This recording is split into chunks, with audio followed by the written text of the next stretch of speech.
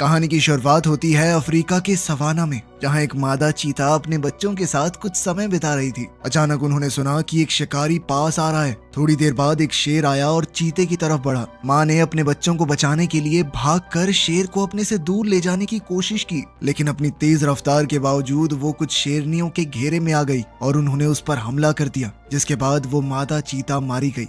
थोड़ी देर बाद शिकारी वहां से चले गए। उन्हें पता भी नहीं चला कि बच्चे वहां छुपे हुए हैं। जंगल की घनी घास में वो अलग अलग हो गए। उनमें से एक बच्चा रात भर चलता रहा और रास्ते पर आ गया। तभी एक गाड़ी उसके पास आ गई और टक्कर होने ही वाली थी, लेकिन ड्राइवर पीटर ने समय पर गाड़ी मोड़ ली। जब उसने देखा कि एक छोटा सा जानवर अकेला है, तो उसने और उसके बेटे जेन ने उसे बचाने का फैसला किया। जल्द ही उन्हें समझ आ गया कि ये एक चीते का बच्चा है। पीटर ने जेन से कहा कि एक दिन इसे जंगल में वापस भेजना पड़ेगा, लेकिन जेन का दिल उससे जुड़ गया था। उसने सोचा कि जब तक वो बड़ा नहीं हो जाता तब तक तो उसे अपने पास ही रखेगा। अगली सुबह पीटर और जेन उसे अपने फार्म पर ले गए, जहां वो और भी आवारा जानवरों को पालते थे। वहां जेन ने अपनी माँ से उस छोटे से चीते को मिलवाया और माँ ने उसका नाम रखा दूमा। धीरे धीरे दूमा उनके परिवार का हिस्सा बन गया। महीने गुजरते गए और दूमा बड़ा होकर बहुत तेज चीता बन गया। साथ ही पीटर ने जेन को भी एक जिम्मेदार लड़का बनाया था। उसे गाड़ी चलाना, खाना बनाना, चीजों को ठीक करना सब कुछ आता था। लेकिन एक दिन फार्म पर काम करते हुए पीटर को बीमार सा महसूस हुआ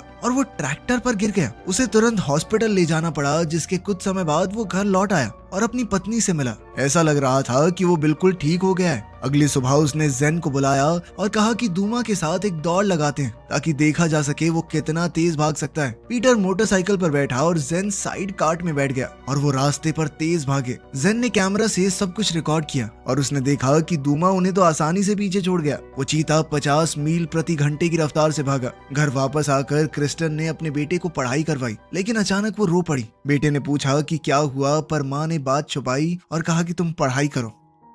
अगली सुबह जेन और दूमा ट्री हाउस में खेल रहे थे। तब पीटर वहां आया और कहने लगा कि अब समय आ गया है इसे जंगल में छोड़ने का। अब हम इसे अपने साथ नहीं रख सकते। दूमा बड़ा होने लगा है, उसे जंगल में अपने असली घर वापस जाना होगा। जेन अपने इस दोस्त को छोड़ना नहीं चाहता था, लेकिन पीटर ने जोर दिया और एक नक्शा दिखाया। उसने एक पहाड़ी दिखाई जो उनसे थोड़ा दूर थी।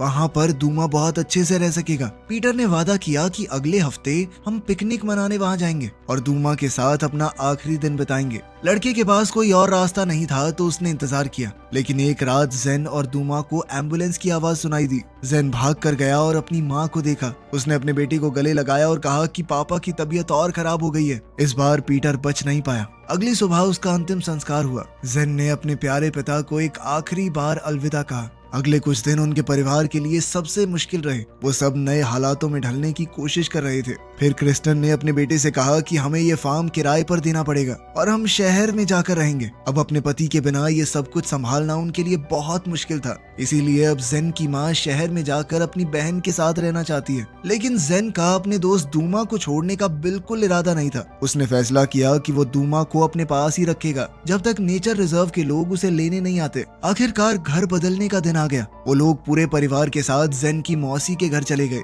जेन की मौसी को अपने घर में एक चीता देखकर बिल्कुल भी अच्छा नहीं लगा। क्रिस्टन ने वादा किया कि दूमा एकदम शांत है, वो कुछ नहीं करेगा। अगली सुबह क्रिस्टन ने जेन को अपने नए स्कूल पर छोड़ा और खुद नौकरी ढूंढने चली गई। दूमा सोफे पर बैठा था, लेकिन फिर वो बोर हो गया और उसने घर में घूमना शुरू कर दिया। अचानक वो डाइनिंग टेबल पर चढ़ गया, जिससे ग्वेन इतनी ज्यादा डर गई कि वो घर से भाग गई, वो भी दरवाजा खुला छोड़कर। इस वजह से चीता भागकर शहर की ओर निकल गया और जेन का पीछा करने लगा। दूर स्कूल में जेन अपनी क्लास में बैठा था जब उसने खिड़की के उस पार दूमा को देखा। लेकिन थोड़ी देर बाद दूमा भाग गया और स्कूल में चिल्लाने की आवाज गूंजने लगी। हर जगह अफरा तफरी मच गई और चीता इमारत के अंदर दौड़ता रहा। उस वक्त 2 पुलिस वाले बंदूक लेकर स्कूल में घुस गए कि आखिर हुआ क्या। जेन तुरंत दूमा को ढूंढने लगा ताकि वो उनसे पहले उसे ढूंढ सके। वो हर जगह ढूंढता रहा और जब बाथरूम में देखा तो कुछ शरारती लड़कों ने उसे घेर लिया। जेन डरा नहीं और उनके सामने खड़ा रहा, लेकिन उन लड़कों ने उसे बिना वजह गिराकर मारना शुरू कर दिया। तभी दूमा एक बाथरूम स्टॉल से बाहर आया और जोर से दहाड़ा, जिसके बाद वो लड़के डर कर भाग गए। उसके बाद जेन ने दूमा को वहां से ले जाने की कोशिश की, लेकिन पुलिस ने चीते को देख लिया और दोनों के पीछे पड़ गए। जेन और दूमा तेज भागे और पुलिस से बच गए। दोनों एक पार्क में छुप गए जब तक सब कुछ ठीक नहीं हो गया। जेन समझ चुका था कि इस बड़े शहर में दूमा सुरक्षित नहीं है। तब उसे अपने पापा का प्लान याद आया, दूमा को उसके नए घर उस पहाड़ी तक ले जाने का। उसने फैसला किया कि अपने दोस्त को बचाना है। जेन वापस अपने फार्म गया, पीटर की पुरानी मोटरसाइकिल और वो नक्शा उठाया और उसी रास्ते पर निकल गया। कुछ घंटों बाद मोटरसाइकिल का पेट्रोल खत्म हो गया, जिसके बाद उसे एक सुनसान रास्ते पर रुकना पड़ा। जेन के पास सिर्फ एक बोतल पानी था, तो उन्होंने मोटरसाइकिल को धक्का लगाया और थोड़ी आगे चलकर उन्हें एक क्रैश हुआ प्लेन दिखाई दिया। जेन ने फैसला किया कि यहीं पर कैंप बनाते हैं। दिन के अंत में वो प्लेन के अंदर सो गया और दूमा बाहर पहरा दे रहा था। रात होने ही वाली थी जब दूमा ने दूर से एक आदमी को आते हुए देखा। वो आदमी रेगिस्तान में मोटरसाइकिल देखकर उसे चुराने लगा। शोर से जेन जाग गया और पूछा कि तुम कौन हो। तभी दूमा उसके पास गया और वो आदमी घबरा गया। घबराहट में उसने अपना चाकू निकाल लिया, लेकिन जेन ने कहा कि ये चीता मेरा दोस्त है, तुम्हें कुछ नहीं करेगा, घबराओ मत। उस आदमी ने बताया कि मेरा नाम रिप है और मैं दक्षिण दिशा की तरफ जा रहा हूँ, लेकिन जेन ने कहा कि ये तो वेस्ट डायरेक्शन है। उसने वादा किया कि थोड़ा पानी देने के बदले मोटरसाइकिल पर राइड मिलेगी। रिप मान गया और उसे अपने छोटे से पालतू बंदर से मिलवाया, मचाका, जो कि उसे इस सफर के दौरान ही मिल गया था। अब उन्हें कुछ भी करके इस रेगिस्तान से निकलने का रास्ता ढूंढना था। प्लेन के अंदर देखते हुए जेन को एक पैराशूट मिला। पैराशूट को देखते ही उसे एक आइडिया आया। सुबह उसने पैराशूट को एक लकड़ी से बांधकर मोटरसाइकिल से जोड़ दिया। जैसे समुद्र पर हवाओं की मदद से जहाज चलता है, वैसे ही अब हवा मोटरसाइकिल को तेज खींचने लगी और वो लोग जल्द ही पूरे सूखे मैदान को पार कर गए। इसके बाद रिप और पानी ढूंढने गया। उसे एक जमीन का हिस्सा मिला जहाँ उसे लगा कि नदी जमीन के अंदर यहाँ हो सकती है। उसने खुदाई शुरू की और कुछ देर बाद इतना पानी मिल गया कि बाकी के सफर के लिए काफी होगा, लेकिन अभी के लिए खाना भी तो चाहिए। जब वो दोनों खाना ढूंढ रहे थे तो जेन ने दूर से एक बड़े ऑस्ट्रिच को देखा। उसने सोचा कि दूमा की शिकार करने की काबिलियत देखी जाए। उसने दूमा को इशारा किया और शिकार करने भेज दिया। दूमा भागकर ऑस्ट्रिच के पीछे गया और दोनों जंगल के अंदर गायब हो गए। कुछ मिनटों बाद जेन देखने गया कि हुआ क्या। उसने देखा कि वो ऑस्ट्रिच तो गायब था, लेकिन दूमा को उसके अंडे मिल गए थे। ये अंडे खाए तो जा सकते हैं, लेकिन रिप हंसते हुए बोला कि अगर ये चीता ऐसे रहेगा तो अफ्रीका के जंगल में जिंदा नहीं रह पाएगा, इसे असली शिकारी बनना पड़ेगा। जेन ने उसे नक्शा दिखाया और एक पहाड़ी की जगह बताई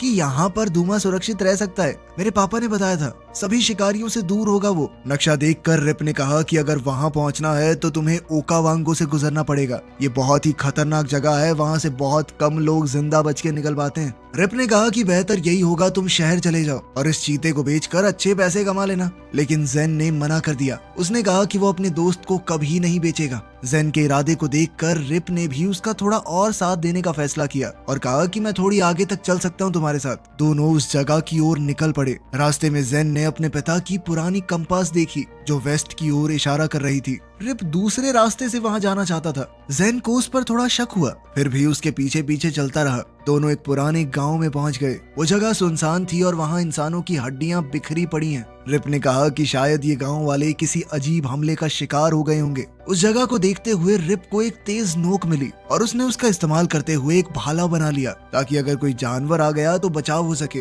वो और जेन गांव में घूम रहे थे, तभी एक हेलीकॉप्टर आया और उनके ऊपर घूमने लगा। रिप ने कहा कि उसमें कुछ बुरे लोग हैं और लड़के से कहा कि जल्दी से दूमा के साथ एक घर में छुप जाओ, लेकिन असल में हेलीकॉप्टर के अंदर जेन की माँ क्रिस्टन थी जो अपने खोए हुए बेटे को ढूंढने के लिए पुलिस के साथ वहां आई थी। कुछ मिनटों बाद हेलीकॉप्टर चला गया। जेन को पता ही नहीं चला कि उसकी माँ वहां थी। धीरे धीरे रिप के ऊपर उसका शक बढ़ने लगा। रात को रिप ने आसपास आग जला दी ताकि शेर वगैरह दूर रहें। उसने जेन से पूछा कि क्या तुम्हें मालूम है चीते के चेहरे पर जो काली लकीरें होती हैं उनकी क्या कहानी है। लड़के ने कहा कि मेरे पापा कहते थे कि ये लकीरें धूप की रोशनी को आंखों में लगने से रोकने के लिए होती हैं, लेकिन रिप ने कहा कि इसके पीछे एक पुरानी कहानी है। एक बार एक बहुत छोटा चीते का बच्चा अपनी माँ से खो गया। मादा चीता ने उसे बहुत ढूंढा पर कभी नहीं मिला। उस मादा को बहुत दुख हुआ और वो दिन रात रोती रही। फिर वो लकीरें हर एक चीते के चेहरे पर दिखने लगी, माँ के दुख की निशानी के रूप में। इस कहानी के बाद वो सब सो गए। सुबह रिप थोड़ा और खाना ढूंढने निकल गया। उसे एक पुरानी हीरे की खदान मिली। वो अंदर चला गया ये सोच के कि शायद कुछ हीरे अभी भी बचे हों। जेन को अब रिप के ऊपर भरोसा नहीं था, इसीलिए वो दूना के साथ वहाँ से भाग गया। लेकिन तभी अचानक उसने अंदर से रिप की चीख सुनी और उसके गिरने की आवाज आई। जेन भागकर अंदर गया और देखा कि रिप मिट्टी में दबा हुआ था। उसने जल्दी से थोड़ी मिट्टी हटा दी ताकि रिप सांस ले सके। रिप ने धन्यवाद बोला और कहा कि बाकी मिट्टी भी हटा दो, लेकिन जेन ने मना कर दिया और पूछा कि पहले बताओ तुम मुझे कहाँ ले जा रहे हो। रिप ने कहा मुझे समझ नहीं आ रहा तुम क्या बोल रहे हो। एक बार निकालो तो फिर करते हैं ना बात। तब लड़के ने कहा कि मैं जानता हूँ हम लोग दक्षिण दिशा की तरफ जा रहे हैं, लेकिन मुझे उस तरफ जाना ही नहीं। उसे शक था कि रिप उसे शहर ले जाकर दूमा को बेचना चाहता है। उसके मन में लालच आ चुका है। रिप ने सफाई देते हुए कहा कि मैं बस पहाड़ों के साइड से होते हुए जा रहा हूँ, ये थोड़ा सेफ रास्ता है और कुछ नहीं। लेकिन जेन ने उसकी बात नहीं मानी और उसे वहीं छोड़ दिया। जेन ने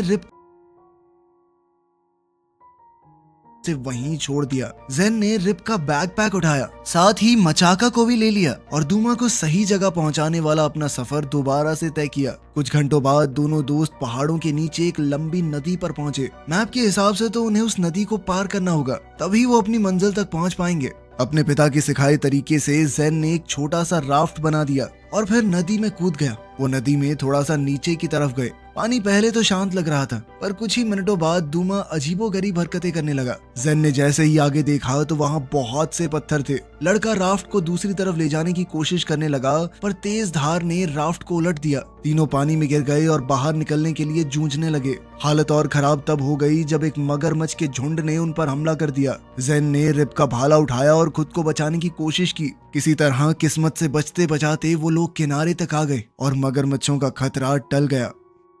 इस घटना के बाद वो एक बड़ी कॉर्नफील्ड से गुजरे। दूसरी तरफ पहुंचकर जेन ने एक बड़ा सा झुंड देखा, अफ्रीकन भैंसों का। मचाचा उनकी आवाज से डरकर भाग गया। दूमा अब एक भैंस को पकड़ने के लिए तेज भागा। जेन उसे देख नहीं पाया और वो भी उसके पीछे चला गया, पर फिर कई घंटे बीत गए और दूमा का कोई पता नहीं मिला। ऊपर से रात होने वाली थी जब जेन एक बहुत ही आसान शिकार बन जाएगा। फिर भी जेन ने हार नहीं मानी और अपने दोस्त को ढूंढता रहा। आखिर में उसे एक जंगल मिला जहां उसका सामना एक जंगली सुअर से हो गया। जेन डर के मारे पेड़ पर चढ़ गया। तभी एक जहरीले मकड़े ने उसके चेहरे पर चलना शुरू कर दिया। उसने अपने आप को एकदम शांत रखा जब तक वो जंगली सुअर वहां से चला नहीं गया। इसके बाद जेन नीचे आया और दूमा को ढूंढने लगा। दूमा दरअसल जंगल के बीच एक जाल में फंस गया था। चीते ने खुद को छुड़ाने की बहुत कोशिश की, पर वो शिकारियों के बनाए पिंजरे में फंस चुका था। ये शिकारी जंगल के जानवरों को बेचने का काम करते हैं। जेन को जल्दी अपने दोस्त को बचाना था। जंगल में ढूंढते वक्त अचानक उसके चेहरे पर वही बंदर कूद गया। वो जेन को देखकर बहुत खुश था,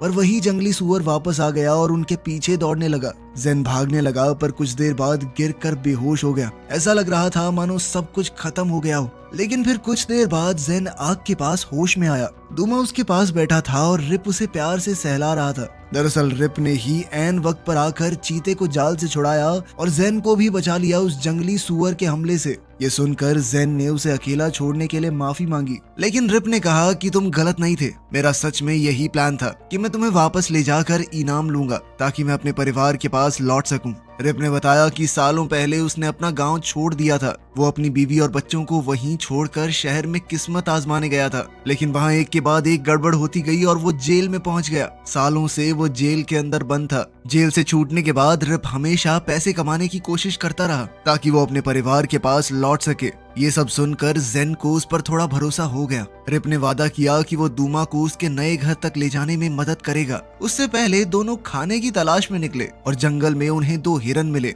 जेन ने दूमा को उनके पीछे दौड़ने को कहा, लेकिन चीता अभी शिकार करना सीखा नहीं था, इसीलिए उसने फिर से अपने शिकार को छोड़ दिया। उन लोगों को बहुत भूख लगी थी, लेकिन कुछ हाथ नहीं लगा। शाम होने पर उन्होंने जंगल के एक हिस्से में बहुत सारी रोशनी देखी जहाँ कुछ टूरिस्ट कैंपिंग करने आए थे। अब रिप और जेन ने एक प्लान बनाया। सुबह होते ही जेन टूरिस्ट ग्रुप के पास गया और ऐसे दिखाया कि उसे एक जहरीले सांप ने काट लिया है। टूरिस्ट उसकी मदद करने आए, पर जेन की शर्ट के अंदर से एक सांप निकल आया जो ब्लैक मांबा जैसा लग रहा था। वो लोग घबरा कर वहाँ से भाग गए। इस तरह जेन और रिप उनका पूरा खाना लेकर निकल गए।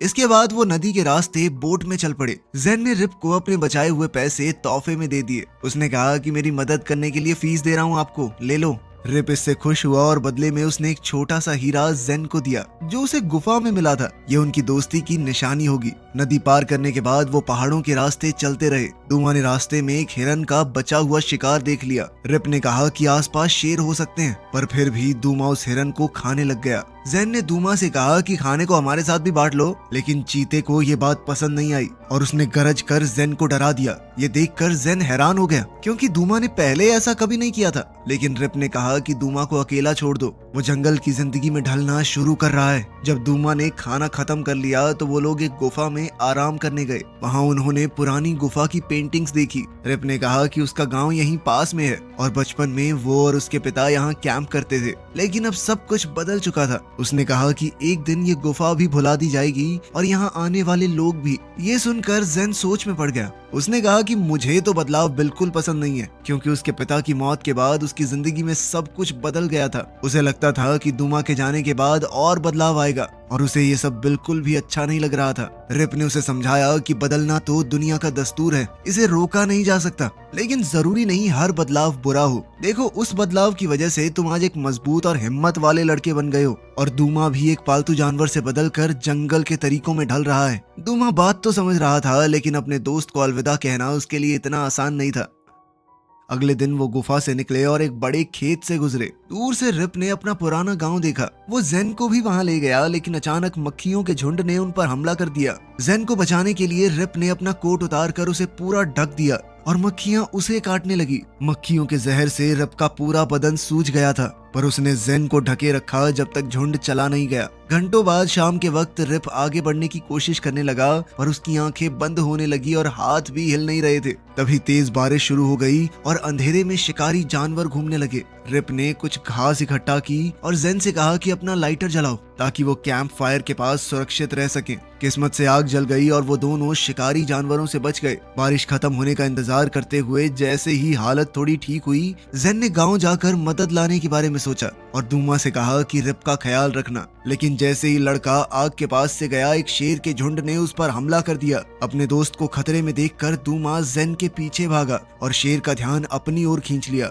अपनी तेज रफ्तार से वो एक गुफा की तरफ भागा और शिकारी जानवरों को छोड़कर दूसरी तरफ से सुरक्षित निकल गया। तब तक जेन गांव में पहुंच चुका था और वो एक बुजुर्ग से मिला। उसने इशारे से रिप को बचाने में मदद मांगी। भाषा ना समझने के बावजूद बुजुर्ग ने कुछ लोग बुलाए और वो सब जेन के साथ गए। उन्होंने रिप को आग के बीच में सोता हुआ पाया। वो लोग जैसे ही उसे वापस लाए, जेन अपने दोस्त को बुलाने लगा। तभी दूमा ने एक और चीते की आवाज सुनी और उसे देखने चला गया। अगली सुबह जेन गांव के बाहर इंतजार कर रहा था, जबकि बुजुर्ग लोग रिप का इलाज कर रहे थे। गांव वालों ने अपनी जड़ी बूटियों की मदद से रिप के शरीर से मक्खियों का जहर पूरी तरह निकाल दिया। होश आते ही उसने अपनी पत्नी, 2 बच्चों और माँ को देखा। रिप रो पड़ा और इतने साल गायब रहने के लिए माफी मांगने लगा। फिर उसने जेन को बुलाकर अपने परिवार से मिलवाया। परिवार ने जेन का शुक्रिया अदा किया। जेन इस बात से खुश था कि रिप एकदम ठीक हो गया, लेकिन दूमा के वापस न आने से परेशान भी। कुछ देर बाद वो गांव छोड़कर दूमा को ढूंढने निकल गया। थोड़ी दूर जाकर उसने 2 चीते देखे